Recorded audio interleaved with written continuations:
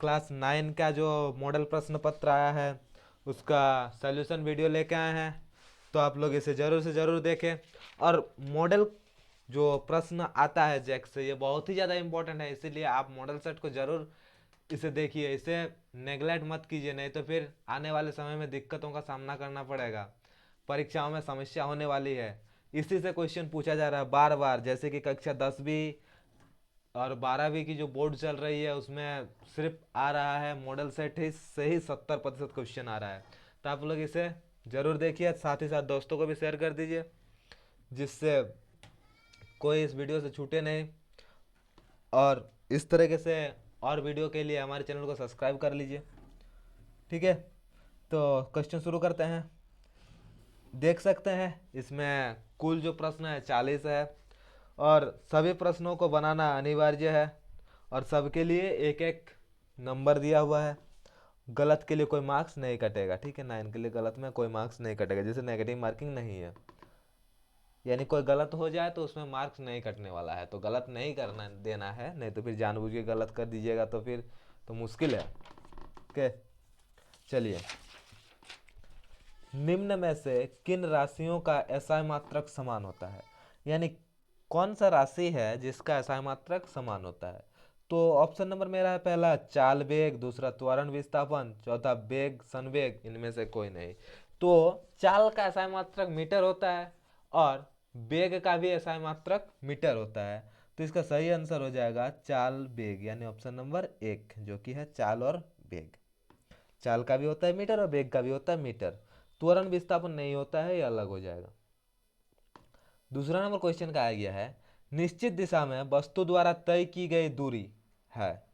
तो निश्चित दिशा में अगर कोई वस्तु तय करती है दूरी, तो उसे कहते हैं विस्थापन, मतलब एक दिशा है और उसमें कोई वस्तु जा रहा है तो उसे हम लोग कहते हैं विस्थापन, यानी ऑप्शन नंबर सी इसका सही जवाब हो जाएगा। ठीक है। वेग का एसआई मात्रक, तो वेग का एसआई मात्रक मीटर पर सेकंड होता है। ठीक है, ऑप्शन नंबर डी जो है मीटर पर सेकंड। स्वचालित वाहनों में एक यंत्र लगा होता है जो उसके द्वारा तय की गई दूरी को प्रदर्शित करता है, इस यंत्र को कहते हैं।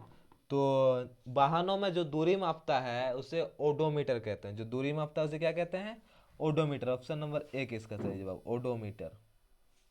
ठीक है। 5 नंबर, यदि पिंड का द्रव्यमान दुगना कर दिया जाए और वेग आधा हो जाए तो पिंड का रैखिक संवेग होगा। संवेग, संवेग को इंग्लिश में मोमेंटम कहा जाता है, और मोमेंटम का जो फॉर्मूला होता है संवेग बराबर, ये जो संवेग है तो संवेग बराबर होता है एम भी। एम का मतलब होता है द्रव्यमान और भी का मतलब होता है वेग। तो द्रव्यमान कितना कर दे रहा है, दो गुना, तो दो गुना एम इंटू, और वेग को कितना कर दे रहा है, आधा, 1/2 भी। वेग को आधा यानी 1/2 भी, और द्रव्यमान को दो गुना, यानी कट जाएगा दो दो, तो बचेगा क्या, एम भी, यानी जो है वही बचेगा। तो क्या दिया हुआ है, एक नंबर दुगना हो जाएगा, दूसरा वही रहेगा, तीसरा आधा हो जाएगा, चौथा 4 गुना, तो क्या होगा, वही रहेगा ना, एम भी। तो ऑप्शन नंबर बी इसका सही जवाब।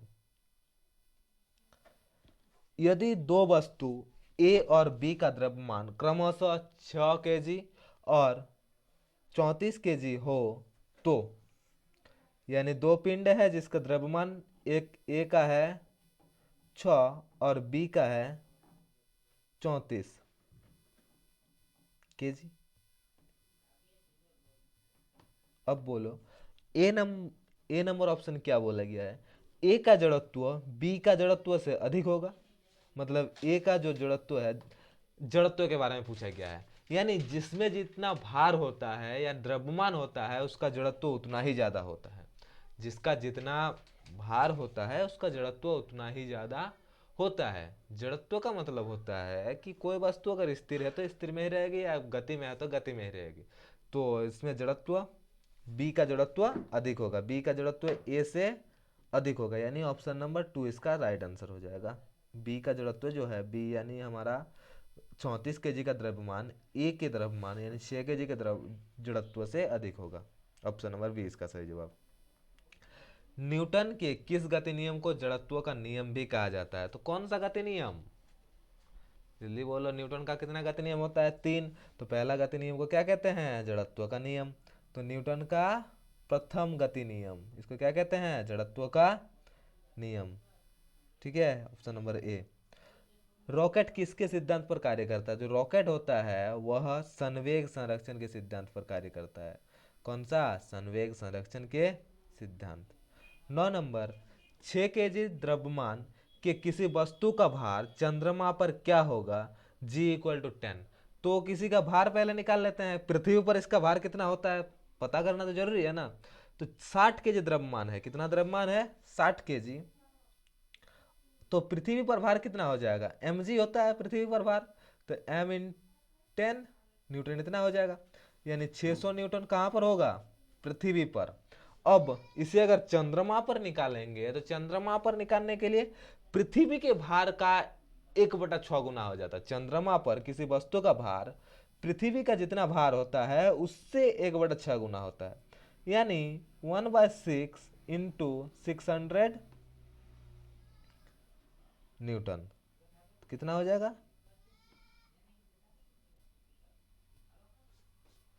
6000 हो रहा था पृथ्वी पर वजन, और चंद्रमा पर कितना हो जाएगा? 1/6 गुना 600 न्यूटन। कट जाएगा 6 × 1 = 6, 100। तो कितना न्यूटन हो जाएगा भार? 100 newton. Clear? Option number C इसका सही जवाब, 100 न्यूटन।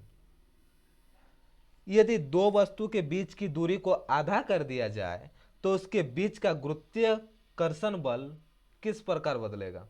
तो दो वस्तु का क्या बोला गया है? दूरी को आधा कर दिया जाए तो गुरुत्वाकर्षण बल क्या होगा? तो गुरुत्वाकर्षण बल का फॉर्मूला होता है F =G m1m2/r²। यानी दूरी को आधा कर दे रहा है। तो r बराबर r/2, क्योंकि दूरी का आधा, यानी r/2 इसका आधा का अगर हम वर्ग कर दें तो कितना हो जाएगा? चलो बोलो, 4 हो जाएगा ना। r/4। F क्या हो जाएगा? G m1m2/r²/4 होगा ना। 2 का वर्ग हो गया और r का भी वर्ग हो गया। तो 2 का वर्ग 4 और r का वर्ग r²। तो ये बटे पर जाके गुना में हो जाएगा। यानी 4 × G m1m2/r²। कितना गुना हो गया? कितना गुना? 4 गुने। कितने गुने? 4 गुना बढ़ जाएगा। 4 गुना बढ़ जाएगा। ऑप्शन नंबर ए इसका सही जवाब होगा, 4 गुना बढ़ जाएगा। बस, नेक्स्ट वीडियो लेके आएंगे नेक्स्ट कल। आज के लिए इतना ही।